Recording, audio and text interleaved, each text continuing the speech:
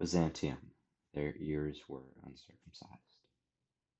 In this cultural account of the decline and fall of Constantinople, Rafil Kroll-Zaidi uses a brief, matter-of-fact style, much like one would see in the ancient Roman sources like Caesar, Tacitus, and indeed many of the primary sources about this subject in particular.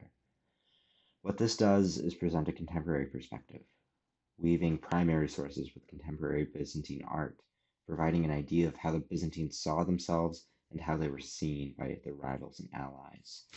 Instead of some modern political identity, they were very much seen as a fanciful, mystical, and divine empire, of which Constantinople was the religious capital.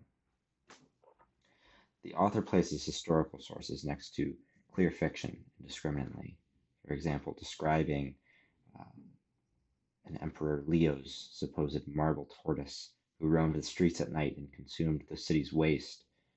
This line is an obvious fiction to us, but offers an important insight into the contemporary perception, much like Procopius's Secret History, which claimed that the Emperor Justinian could walk around without his head intermittently.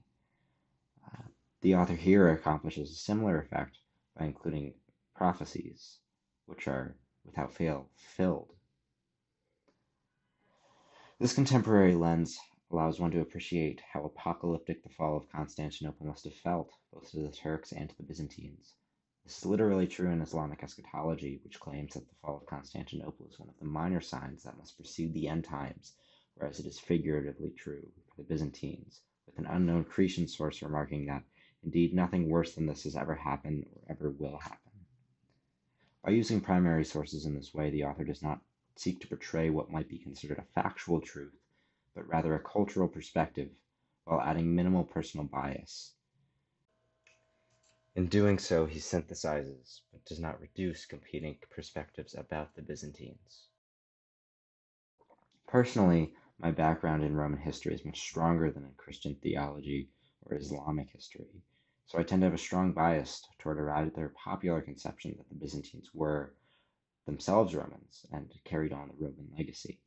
And while the author supports this perspective, including a description of Roman-style triumph, he juxtaposes this with other perspectives from the Turks, Latins, Franks, and Russians, who were all variously seen and saw themselves as Roman. In this way, I find my own perspective continually challenged by his writing. By reconciling these ideas, the author accomplishes something shocking, that the siege of Constantinople was at once the fall of Rome, the end of days to some, the spark of the Renaissance in Italy, and the conquest of the world to Islam. Examining the other works by the author reveals his frequent focus on the Islamic State, who share many of the prophecies and much of the eschatology presented here. No doubt such parallels are not lost on the author, and provide important context for this piece. The objective of triggering the end times is almost darkly humorous to the Western observer, but to understand the Islamic State, it's as little use to use a Western perspective as it is to appreciate the fall of Constantinople from a modern one. This, ultimately, is the point of an interpretive lens. Understanding an event is not simply a matter of using the most recent information or the most accurate information, but, like the author here, creating empathy and synthesizing diverse perspectives.